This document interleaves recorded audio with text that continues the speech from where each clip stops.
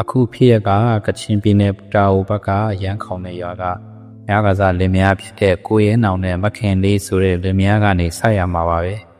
ဆရာဝန်ဖြစ်တဲ့ကိုရဲနောင်ကပူတာအိုဘက်မှာတာဝန်ကျတော့လင်မယားနှစ်ယောက်စလုံးတာဝန်ကျရာနေရာကိုပြောင်းရွှေ့ကြရတာပေါ့ကိုရဲနောင်ရဲ့မြို့သမီးမခင်လေးကတော့မွေးရမြေကိုပြန်ရတော့မယ်ဆိုတော့ပြောနေလေရဲ့ကိုရဲနောင်ရဲ့မြို့သမီးကလက်သေးရှည်တွေပိုင်ဆိုင်ထားပြီးအနက်ရောင်ကိုဆွဲနှန်းစာဥစင်တက်တဲ့မြို့သမီးပါဘာသာစားရည်လက်သေးရှည်တွေနဲ့ထူးဆန်းတတ်တဲ့ချင်းရှိသူဖြစ်လေတော့ကိုရဲနောင်ကခင်အဲ့လိုမစားဘူးလေကွာမစားကောင်းလို့ခင်ရဲ့အဲ့ဒီလိုပြောလိုက်တော့နောက်ဆင်ញင်ပါမယ်လို့ခင်လေးတယောက်ပြန်ပြောရှာပါတယ်တရက်တော့ကိုရဲနောင်တယောက်စေးပေးကန်းကနေအိမ်ပြန်ရောက်တော့အခင်လေးတယောက်အိမ်နောက်ဖေးတကုတ်ကုတ်နဲ့ဘာလို့နေလဲသွားကြည့်တော့အမဲသားတွေအစိမ့်လိုက်စားနေလေရဲ့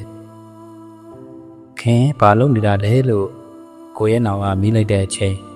မခင်လေးကဒီမလေးပိုက်စာလို့မဲသားကိုနှမ်းစီလေးနဲ့တုတ်စားနေတာကိုရဲလို့ပြဖြေတဲ့စိမ့်နေမစားဘူးလေအစာမချေဖြစ်မှာပေါ့လို့ပြောလိုက်တော့မခင်လေးကငယ်လေးကလေးကအခုလိုစားနေတော့ဘာမှမဖြစ်ပါဘူးတဲ့ဒီတော့ကိုရဲနောင်တယောက်ထွတ်မတက်ရတော့ဘူးလေကိုရဲနောင်တို့အိမ်ဖေးမှာမဲအိုကြီးတယောက်နေပါတယ်သူလဲထူးဆန်းတယ်ရွာသားတွေနဲ့ခင်းခင်းပဲနေထိုင်တယ်လို့ရွာသားတွေကလည်းမဲအိုကြီးကိုမရှိသလိုပဲသတ်မှတ်ထားကြတာပါ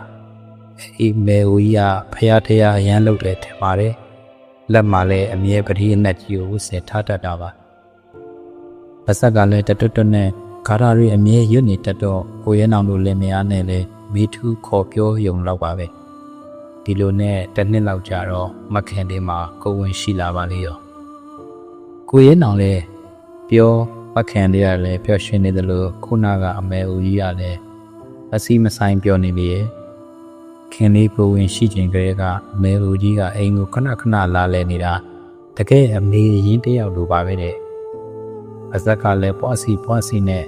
မခင်လေးနဲ့ကလေးအတွက်ဆူတောင်းပေးရတာထင်ပါရဲ့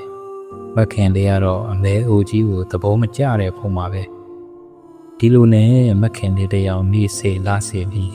သားလေးတယောက်ကိုအောင်မြင်မွေးနိုင်ခဲ့ပါတယ်အမဲအိုကြီးကချီမယ်လို့တော့ခင်လေးကအတင်းပြန်တောင်းတာနဲ့ကိုရဲနောင်တယောက်သိထူးဆန်းနေတာပါအမဲအိုကြီးကအပြုံးမပြတ်ပါဘူးဒီမနက်အမှုကိုကြီးဖျားရှိခိုးတော့မခင်လေးတယောက်မခံနိုင်ပဲအိုတော့ဒီတော့နဲ့မို့ကိုရဲနောင်တယောက်မသင်္ကာတော့ခင်လေးရဲ့ဘာဖြစ်ရတာတုံးလို့ပြီးလိုက်တယ်အခင်လေးကဘာဖြစ်လို့လဲမသိပါဘူးကိုရဲ့တကူလုံးရားလာလို့ပါပြဖြေရေချိုးလိုက်ပါလားခလေးကိုတော့ပေးထားလို့ပြောပြန်တော့မပေးဘူးတဲ့ခလေးကိုပါခေါ်သွားမယ်ပြောတော့ကိုရဲနောင်တယောက်ပို့လို့အံ့ဩသွားရတာပါငယ်ငယ်ကအမေပြောပြတယ်ကိုကလေးကိုပြန်စားတတ်တဲ့အစုံများဖြစ်လေမလားလို့ကိုရဲနောင်တယောက်တွေးပို့မိတာတော့အမှန်ပါပဲတနည်းရောက်ဟောမခင်လေးအိတ်နေတော့ကလေးကိုအမဲအိုကြီးစီကိုရဲနောင်တယောက်သွားပို့လိုက်ပါတဲ့အမဲအိုကြီးလည်းဆောက်ရှောက်ထားပါမယ်ဆိုပြီးအိမ်တကားပါပိတ်ပြီးယူထားလိုက်ပါတယ်ကိုရဲနောင်လည်းမခင်လေးကိုနှူးပြီး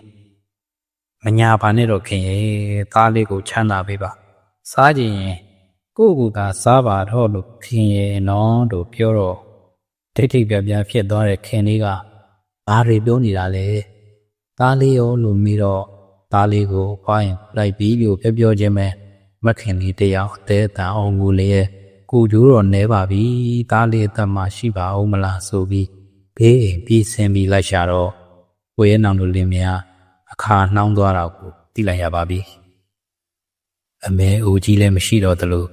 ကိုရဲနောင်တို့သားလေးရဲ့သွေးစွန်းနေတဲ့အနှီးလေးကလွဲလို့ဘာမှမရှိတော့တာကိုတွေးလိုက်တော့မခင်လေးတယောက်အယုတ်ကျိုးပြက်လဲကြပြီးတပ်ပါဖာသွားလေကိုရဲနောင်တယောက်လဲဟိုဟစ်ငိုကြွေးယုံကလွဲလို့ဘာမှမတတ်နိုင်တော့ပါဘူး